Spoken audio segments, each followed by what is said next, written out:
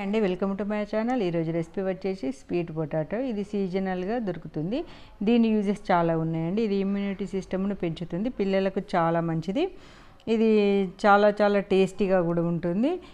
ఇది వాటర్లో శుభ్రంగా కడిగి మనం ముక్కలను మీడియం సైజుగా కోసుకోవాలి.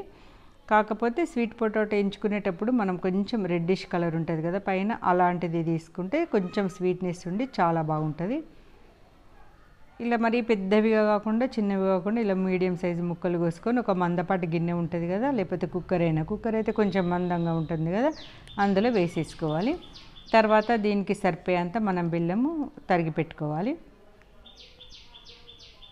స్వీట్ పొటాటో అనేది చాలా మంచిది, ఎక్కువ తినాలి మనకు సీజన్లో ఉన్నప్పుడు. ఇది స్టవ్ మీద పెట్టేసి, స్టవ్ అనేది మనకు మంట మీడియం ఫ్లేమ్ మీద పెట్టి ఒక గిన్నె నిండా వాటర్ పెట్టేసి దాని మీద పెట్టేయాలి. ఆవిరితోటే ఉడుకుతుంది ఇది స్టీమ్ మీద. తర్వాత మధ్య మధ్యలో ఇలా మనం చెక్ చేసి కలుపుతూ ఉండాలి. చూడండి ఆవిరి ఎట్లా పడుతుంటుందో, ఈ ఆవిరి మీదనే ఇది ఉడకాలి. చూడండి తర్వాత ఎంత తొందరగా ఉడుకుతుంది స్వీట్ పొటాటో. మనం తర్వాత ఒక స్పూను నెయ్యి యాడ్ చేసుకోవాలి. నెయ్యి అంటే కొంతమందికి ఇష్టం ఉండదు కదా, వాళ్ళు స్కిప్ చేయొచ్చు, ఏం పర్వాలేదు.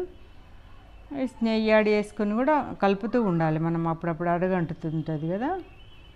తర్వాత ఒక హాఫ్ స్పూను సాల్ట్ వేసుకోవాలి, టేస్ట్ బాగుంటుంది. సాల్ట్ వేసుకున్నాక మనం తరిగి పెట్టుకున్న బెల్లం ఉంది కదా, అది వేసేసుకొని మూత పెట్టేసేయాలి. అప్పుడు బెల్లం ఈజీగానే కరుగుతుంది. కరిగి ఆ బెల్లం కరిగిన వాటర్లోనే ఈ స్వీట్ పొటాటో అనేది ఉడకాలి, మొత్తం వాటర్ అంతా ఇంకే వరకు. అప్పుడు పొటాటో అనేది చాలా స్వీట్గా చాలా టేస్టీగా తయారవుతుంది. ఒకటి ఉడికిందా లేదా చెక్ చేద్దాం. చాలా ఈజీగా ఉడుకుతుంది. ఉడికాక దించుకోవడం, సర్వ్ చేసుకోవడమే. వీడియో నచ్చితే లైక్ చేయండి, షేర్ చేయండి. Please subscribe my channel. Thanks for watching.